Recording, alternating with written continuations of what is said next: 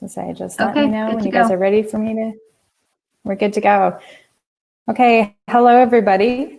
I'm really excited to be part of today's event.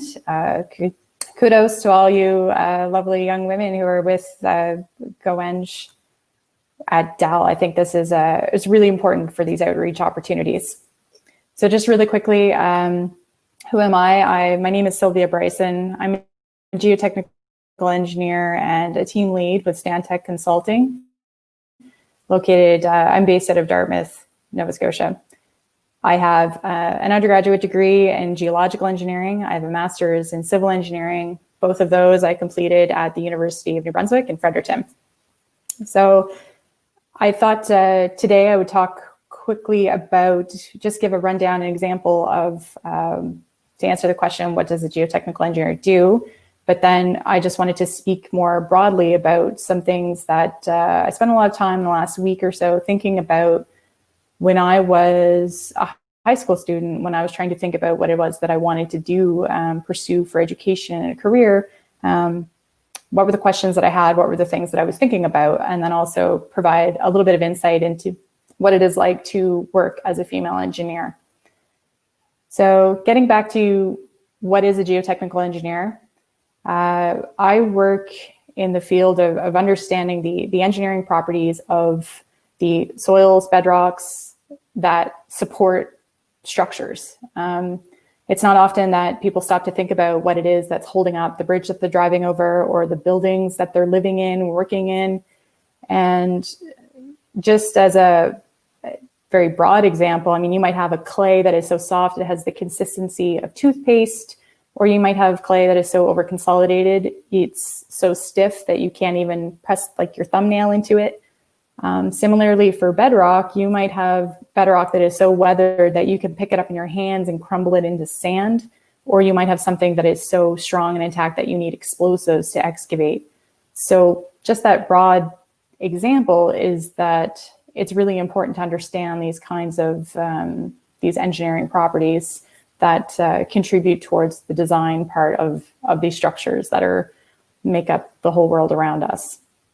So that's geotechnical engineering, but talking about why you might be interested in pursuing a degree in engineering in general, not just geotech engineering, but it's what drew me to engineering was the problem solving part of it.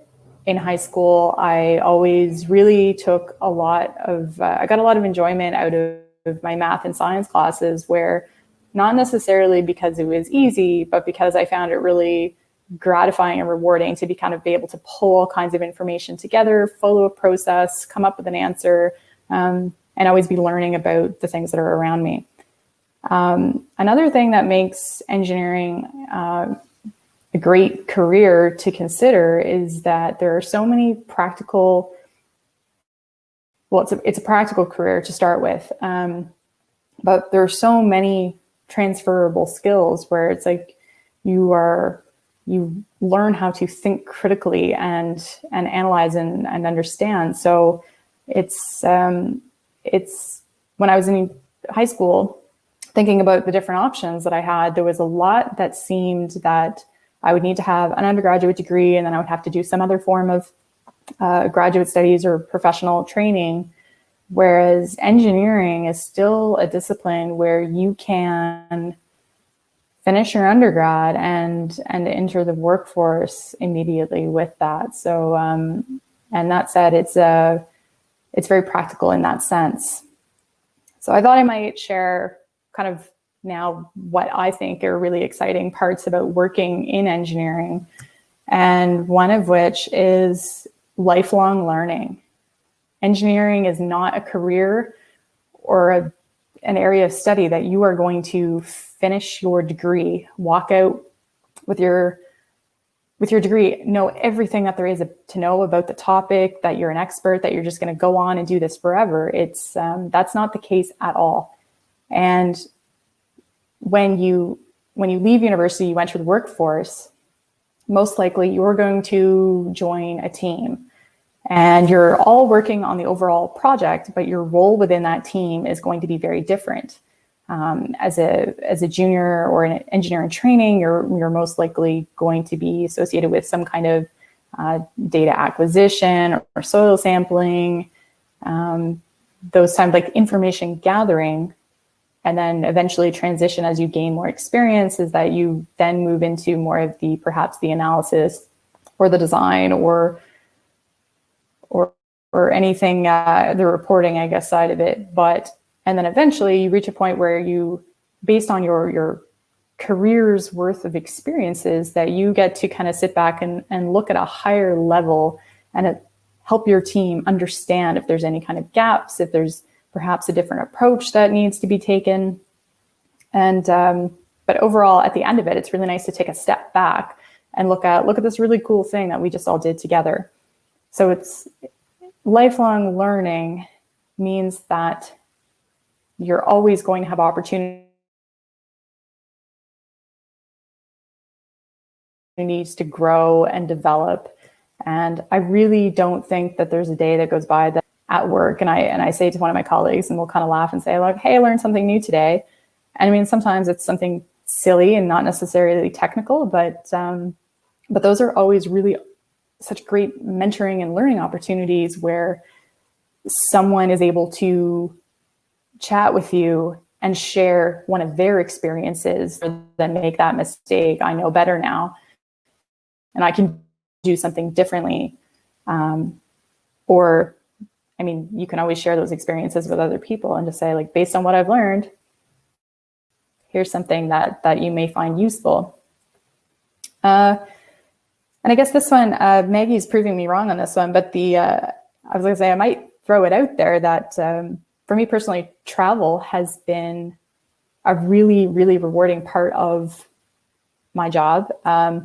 In the 12 years since I've graduated, I've been able to work and travel in 9 different provinces and territories. I've spent some time in the US, and I did a brief stint in Sweden a number of years ago. And what I find really interesting, and I mean, it doesn't, a degree in engineering does not mean that you have to travel. But certainly if that's something that you're interested in, that is, it's always something a little bit fun. You get to see different parts of the country, you get to network broadly. And just, again, you're broadening your circle. So you're not necessarily going to be constrained to your immediate community. 2 years ago, I returned to Nova Scotia to live here after being away so much. And I keep telling people that I'm trying to have my cake and eat it too, that I would like to work on these projects kind of all over the place. And fortunately, I've been able to do that, where I get to live and work where I would like to, but then still be parts of teams all over the place. And I guess our recent experiences with COVID have really driven home that it's possible to do that. So travel doesn't absolutely have to be part of a career in engineering, but it certainly can be. And so I tried to think about when I was in high school, what are the things that I didn't even know that I didn't know about engineering? I think I probably, when I thought about the job, is that I probably would have envisioned that I was working in an office. I probably would have envisioned that I was working around or with mostly men, but I don't know that I really had a good appreciation as to what the job would actually require. I think I probably just thought I would be sitting at a desk doing math problems and problem solving all day, which certainly, I mean, there is a bit of that, but definitely not what I would consider the most significant part of my day. So something that I didn't realize, you'll often hear people say that they're pursuing a degree in engineering because they said, well, I don't like writing. Language arts isn't really my thing.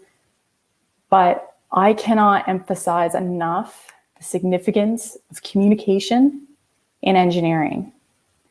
And I'll tell you why that is. When a client comes to you, or you're doing a project on behalf of the government or for public, someone's going to come to you and say, I have this problem and I don't understand why, but I would really like for you to help me figure this out and tell me what I should do, or to help me solve this problem.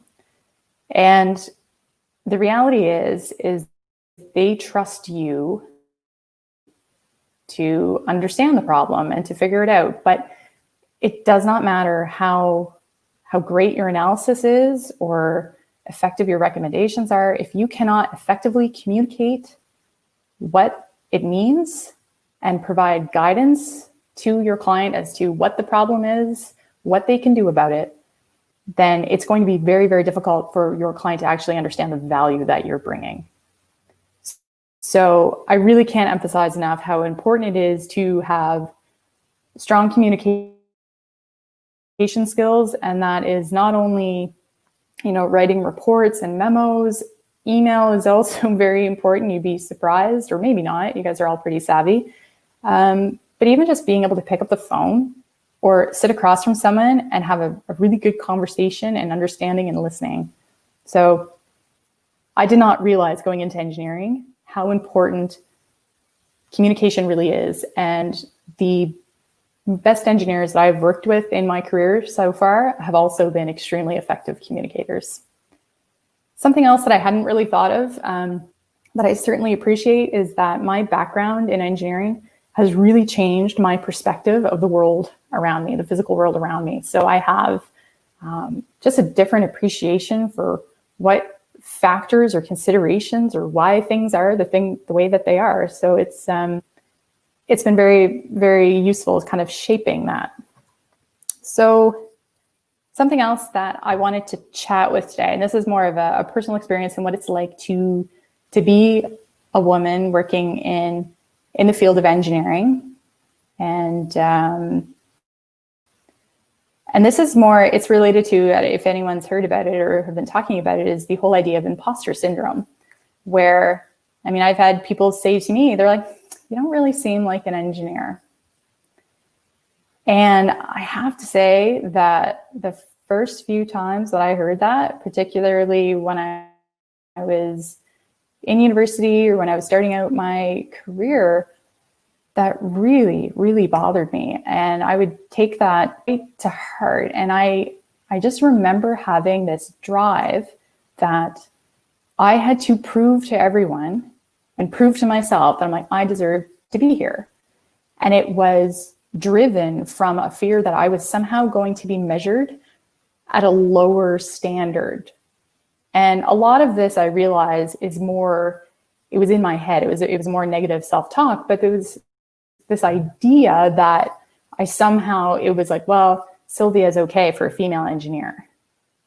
And what I realized, and I got a little bit more curious about that, is that if someone is going to say to me or to anyone, well, you don't really seem like an engineer, then really the question is like, what does that even mean?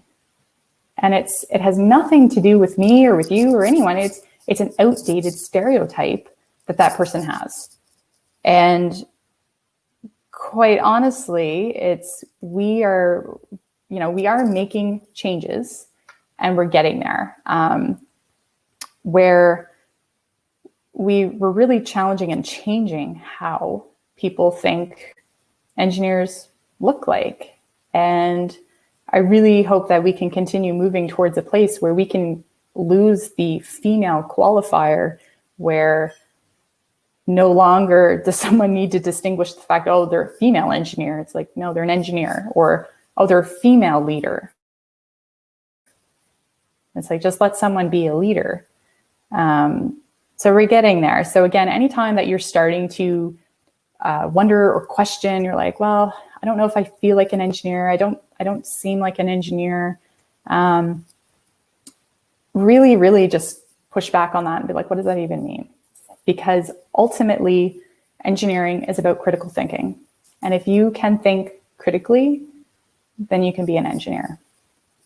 So I just have two more points to make before I wrap up or take your questions, is that one thing is I want to assure you, and this is really echoing something that Maggie had just brought up, is that when you're in high school and you're starting to think about, okay, what do I want to do when I grow up?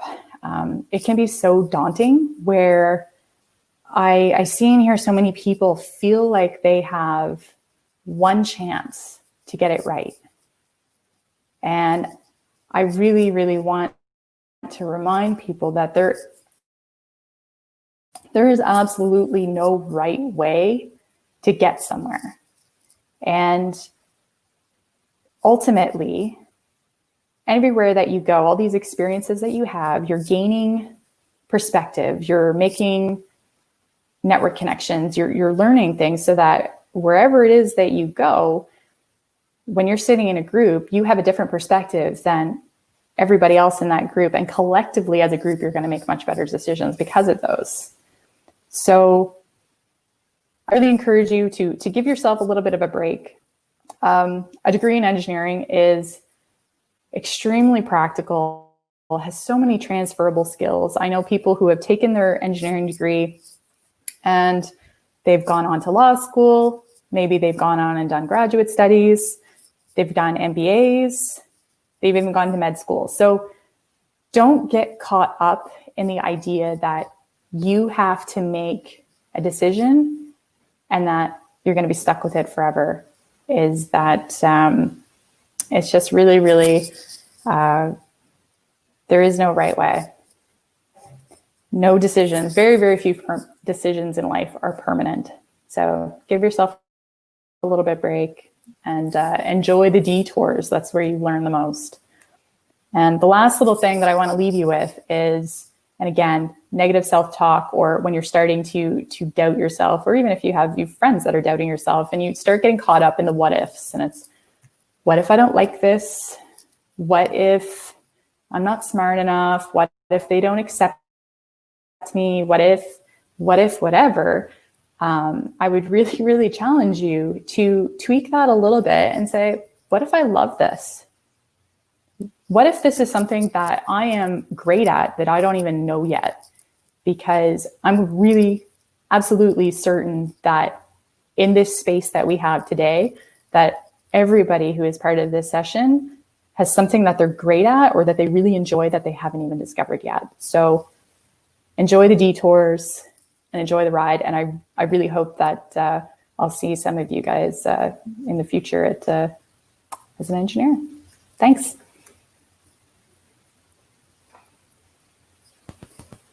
Awesome. Just looking to see if there's any messages or questions. Yeah. I think. Are we all set? Yeah, I think we'll have to move on to the next presenter now, just to stay a bit more in schedule. But I'm sure you are open to answering any questions if anybody wants to reach out. So you guys are all welcome to reach out to Sylvia. All right. Okay, awesome. Thank you.